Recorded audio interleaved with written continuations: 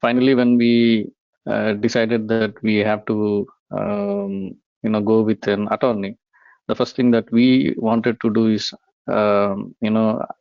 someone who is from India and has, some background with, like even from the cultural standpoint and even from our, understanding and struggle that we go through, especially in H1Bs and stuff like that. So we wanted to closely align to even the immigration attorneys who have that experience.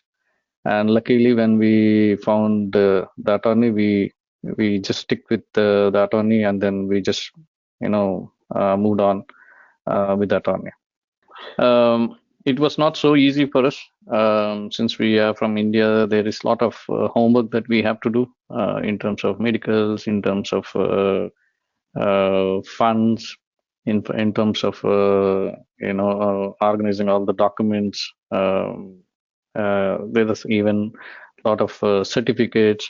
So there is quite a large amount of work that we have to do. Homework. It's not that easy. Once we started, slowly one after the other, we had to do, and everything took its own sweet time, I would say. It's not that easy because getting documents from India and getting it fast is not that simple. So we had to go through a lot of uh, rigor to get all the documents in place. And I would say like some of them, there were also times where we have to pause because those documents were not there, so we have to wait for those documents. But once the documents has arrived and once we have made sure all the information is available, things took off very fast. I think the whole effort for us is getting all the documents ready. But once we have all the documents ready, from that time it was like super fast. Like the immigration attorney took it very fast. I mean, she was able to do it. Um uh, I think within few weeks we were able to get all the things done. So I think different projects has different ways of funding. But when I closely compared Twin Lakes and Rocky River, which are like very similar. So Twin Lakes, which has been a phased approach, is much more compelling for us because it's not investing all the amount in one shot and then trying to evaluate things at a later point in time. These projects are happening at a phased level.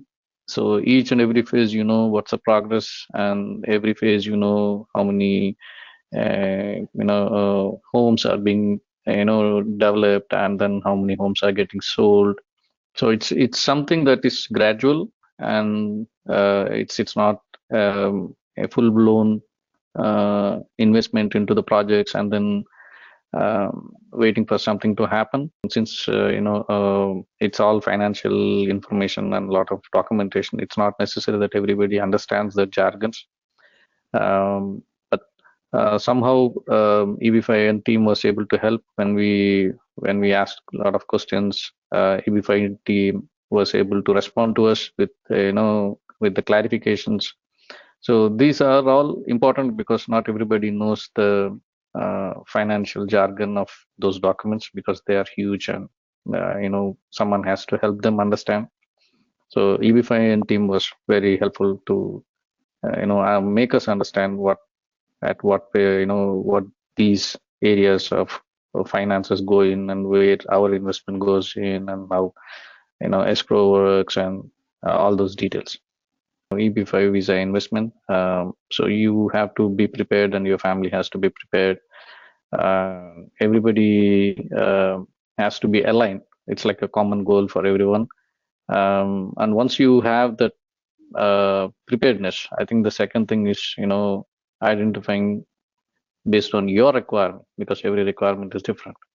I would say based on your requirements, you should go and start looking at different projects and different attorneys, and then get to narrow down those information. and then make sure that your needs and your requirements are also aligned with the EB5 center and even the attorney. So the communications, when they happen, there is no gaps, right? So once you have all these finalized and once these things have been closed, then things should just flow off. It's more of, you just following some of the guidances from there on.